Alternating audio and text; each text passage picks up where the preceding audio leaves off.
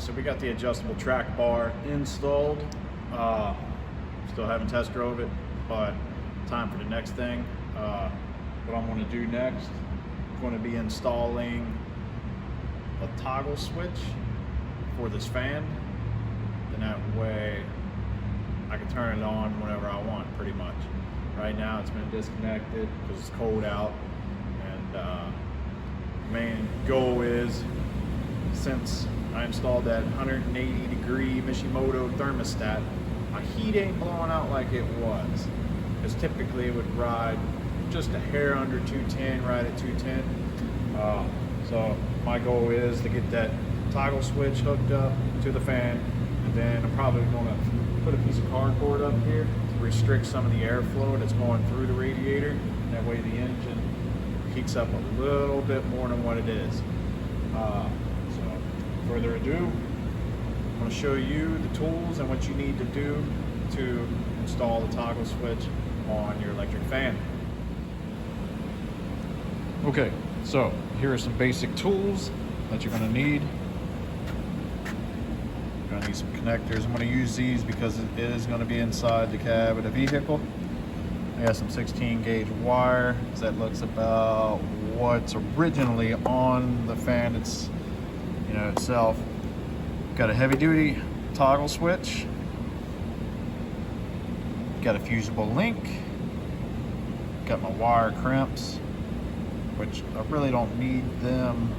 Well, I will on these connectors. Got my side cutters. And then these, I like using these. They're a solder heat shrink. So I'll be using that in the engine bay when I need to, when I connect the wires. And you're going to need a torch. And last but not least, test light. You can either run your power wire off your battery, or what I'm going to do, I'm probably going to run it off where the cooling fan relay would be. So let's get this started.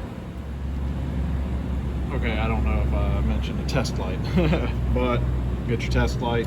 Now you can either find like this one, it's constant hot. You can either run that one, or when you cycle the ignition on, one of these three are going to power up. Hey babe, will you turn that key ignition on? So let's see which one passes the power through when the ignition switch is turned on. Okay, wasn't that one? All right, so it's that one right there. Key it off.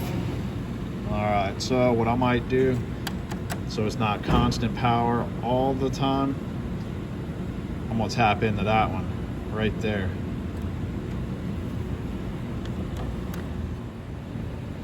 Okay, so since we figured out what power wires we're going to be using, next need to pull this off because I am targeting this spot right here next to the rear washer and wiper switch. And that's where I'm going to mount my toggle. Yeah, I'm probably going to have to put a wheel chalk behind the wheel, key it on, and pull that all the way down to 1. That way it gives me more access to get my panel off. And those are just clips. I'm gonna start at the bottom and pry it and pull it and work my way up. Okay, so the wheel's chalk.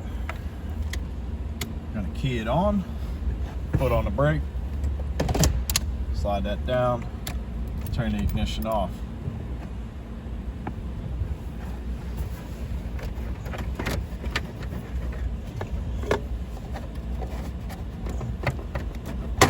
Oh, wow. Baby just shot right out of there like a rocket. Luckily, no clips broke. Oh, wait a minute. What's that one? It stayed in there, so might be able to put that back on. And then next, I gotta get a Phillips screwdriver, and I'm popping this panel off here.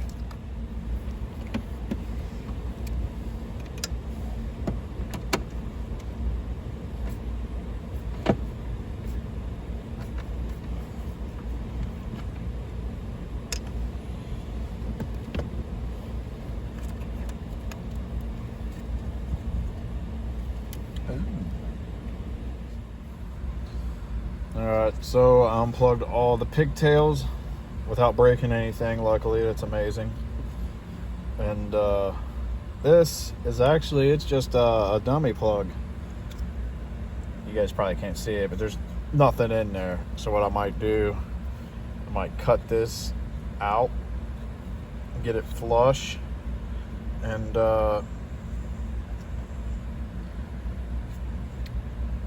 still be able to put my toggle switch there.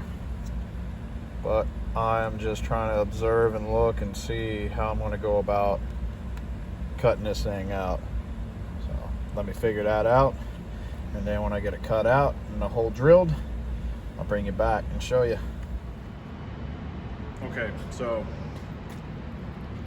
I got that piece cut out. I just used my side cutters and my burr bit and cleaned it all up. Should be good enough for that to sit down in there.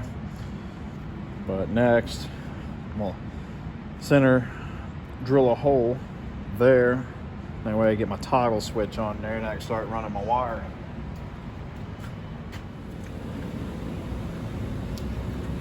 Alright, so we got the hole drilled. Now you gotta get some of this dang on plastic out.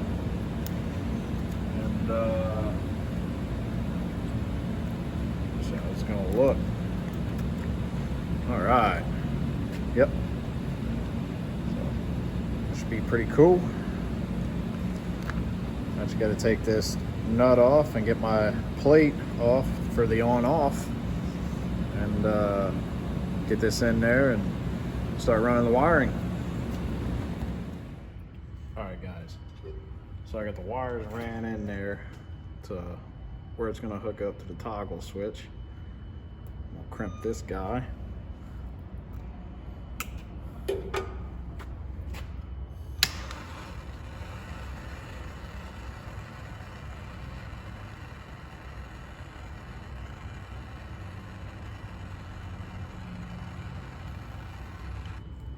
Alright, that's heat shrinked. Sure, it's going to plug in where the relay goes. And it does. Okay. So next, need to cut this wire. I'm going to run this new wire to it, and I marked them. On the black end, I'm going to run to the wire going to the fan.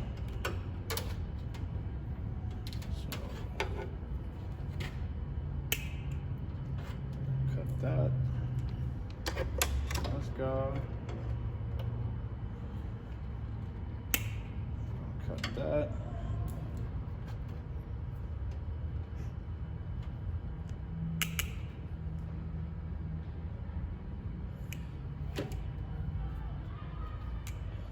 Strip that. Strip that.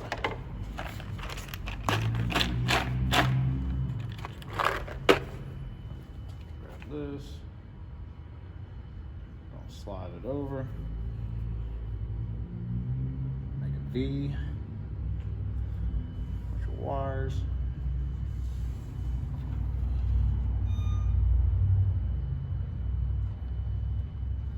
I'll put it like that, and then I'll twist it. Nice and tight. Slide that over. Make sure that that solder is center.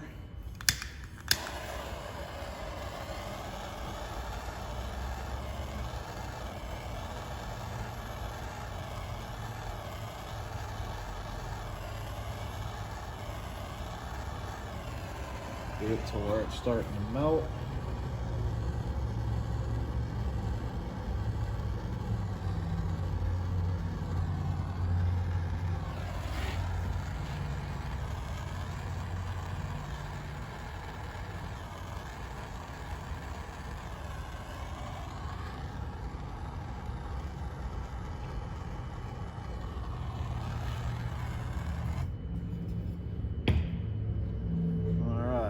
bring that in, you can see that solder melt it to the wires in there, and then you finish heat shrinking your heat shrink so it seals it.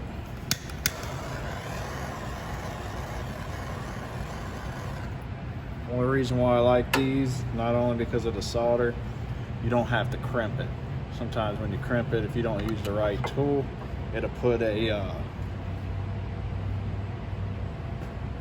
this one ain't like it, but it'll put a hole in it, and it just adds a spot for corrosion for it to get in your wire. And next thing you know, as we all know, after it corrodes, you lose connection. So on with the next. Gotta do the same thing for this wire with my fusible link. So I'm gonna cut this to length, and then run it through this and say drilled a hole, and I'm gonna seal that up so no moisture and water gets inside here when I'm wheeling. So it's gonna look like this.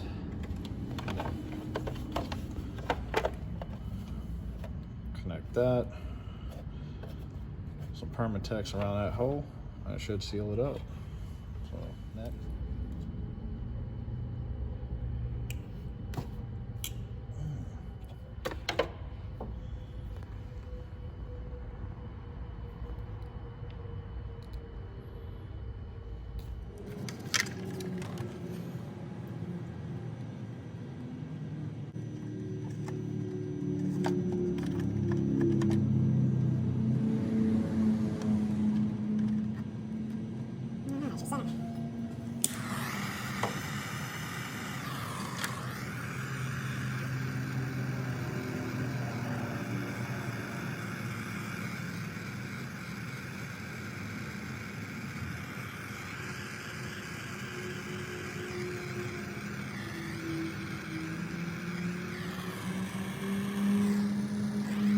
I can go back inside and finish that up.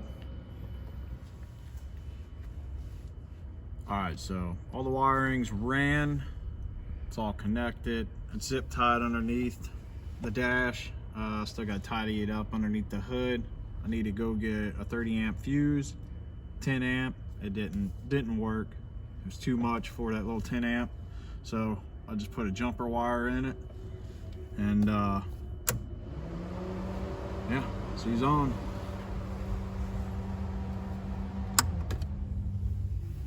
So let's go back out underneath the hood and get a recap. All right, so here's the jumper wire I was talking about. It popped that little 10 amp fuse like it was nothing. So definitely gonna have to get a bigger amperage fuse for that. But yeah, power wire going to the switch, wire from the switch to your fan motor. Then the other one, you know, it's ground, so you don't need to do anything with that. But it works. I need to stop and get some fuses. I'm sure I have some at home, but I could have swore I had some in my toolbox, but I didn't. Just 10 amper. Didn't work, so I'm gonna hit the switch one more time.